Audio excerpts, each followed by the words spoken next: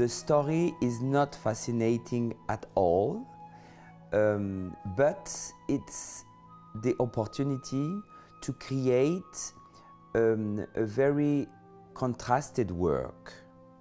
It means that the whole thing about this religious ceremony, after that the attack of the pirates, the bad guys, the lovers, it's really a great opportunity to express music which are really versatile and really full of color, etc. But I would say that the story is maybe the less interesting thing of the ballet. I have a memory regarding the story. When I was a young conductor, I was assistant with the London Symphony Orchestra, and came Pierre Boulez conducting Daphnis and Chloé, the whole ballet. And at some point I said to him, but cher maître, why don't you ever in your work refer to the story of Daphnis? And he said to me, if they want to read it, they can read it. For me, it is not so interesting and exciting. And I have to say that I agree totally. And also, this story full of actions or full of very steady moments where you can build an amazing music. And for sure, to imagine how the ballet could be on the stage of the Théâtre du Châtelet.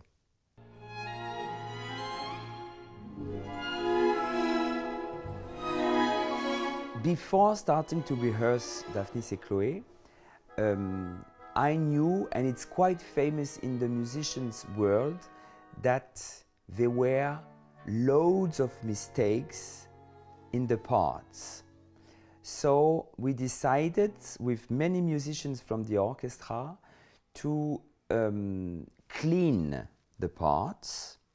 So we took a list of erratum and we made a brand new set of parts. So we are very glad that now the people can listen to Daphnis et Chloé without all these small mistakes, which sometimes were very big, I have to say. We try every time to go back to the original parts, the original everything, the instruments, etc., how the piece was performed, and the music for sure had to be clean. So we are very proud also of making this work for the parts.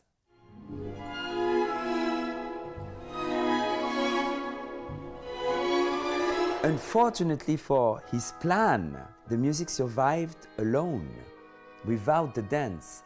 And it was for Diaghilev a really tragedy. He couldn't understand that, and it was actually a fight between him and Stravinsky, especially for the Sacre du Printemps, because he was not happy at all that the music could be performed without the dance. So with Daphnis et Chloé by Maurice Ravel, it's a little bit the same. You can appreciate the music, you can experiment the music without a visual counterpoint, the ballet. You don't need to see specifically the dance, so you can experiment, listen to the music alone, and it works magically.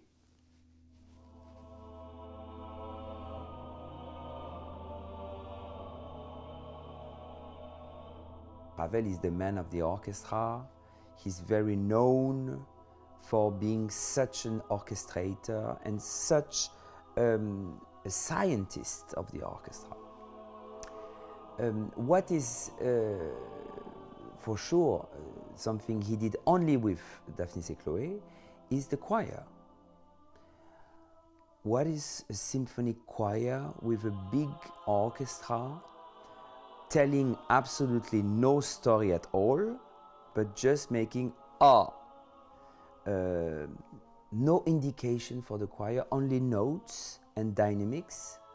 So he really uses the choir as an instrument. And also the way that Ravel decided to put geographically the choir is something very special. He indicates the position of the choir, which is backstage, a little bit closer, much closer, in front, etc. And we did that also in the recording. We tried to do the exact indications of Maurice Ravel regarding the distance. And the Aedes choir is a remarkable group.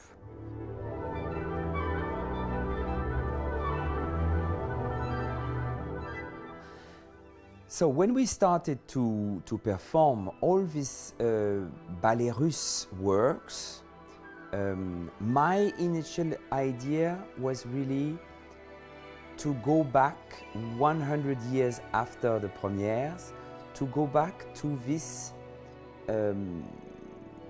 first of all, these programs, what amazing richness in the programs, and also to go back to the original colors.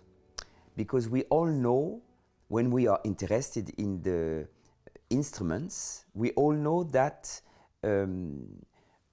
after the Second World War started a kind of globalization of all the instruments in the world. And in Paris, we had amazing orchestras. I would say that when I read all the letters, starting with Wagner until so many great musicians, we can have an idea of how the French orchestra were at the time. I think it was one of the best periods for the French orchestras at the time. And so Diaghilev did collaborate with these French orchestras for les ballets russes, and when we started to rediscover these instruments, first of all, we were also fascinated by the instruments. When you look at a trombone, when you look at what was a flute at the time, an oboe, a tuba, my God, it is so far from what we know today. So, for example, a tuba at the time of Ravel would be big like that. Today, it's more than 3 times the same, bigger than the tuba, and so on. How was the sound of all the strings section with the gut strings?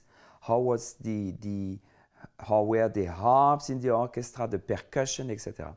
So with Les Siècles, we really rediscovered all this fascinating orchestra, and our first experience was with Stravinsky. So we started to rediscover this magic world of sounds. And then suddenly, when we started with Ravel, Daphnis et Chloé, I thought, okay, I know how it sounds with Stravinsky, a bit with Debussy, but with Ravel, let's see how it works. And suddenly, we discovered, I think, a whole new aspect of this music. It's a very sensual music for sure, but suddenly with the period instruments, you had the experience of a magicness in the sound itself. So I think that it was, for us and for the audience when we played in concerts, something like a shock. This music with 100 musicians on stage can sound like something so sweet or so soft or so round, and also in the dynamic passages or very loud passages with such accurate articulation. The combinations of instruments are so specific and so new that when you use the right tools, suddenly you can taste the exact effect that the composer wanted to create. It's like cooking. When you use the right elements, makes the food amazing.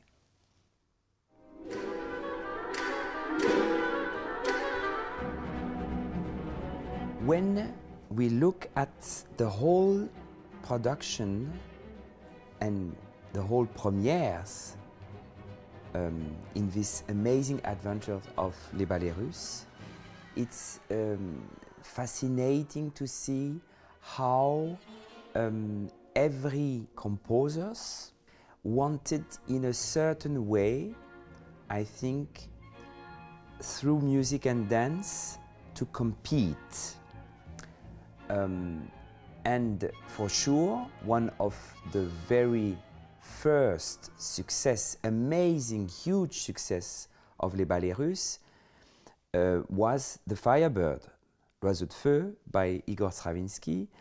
And I think this work did stimulate all these amazing composers. For sure, the subject, Daphnis et Chloé from the antique, and all this tradition that we have in France of ballet, opera, ballet lyrique with Jean-Philippe Rameau, or this comédie with dance with Jean-Baptiste Lully, and later on Gluck, and also in a certain way in Berlioz, you have a tradition of how the dance, the ballet with the music is combined. So this is also certainly thought by Ravel himself, that he's achieving a kind of apotheose from this French tradition of ballet music.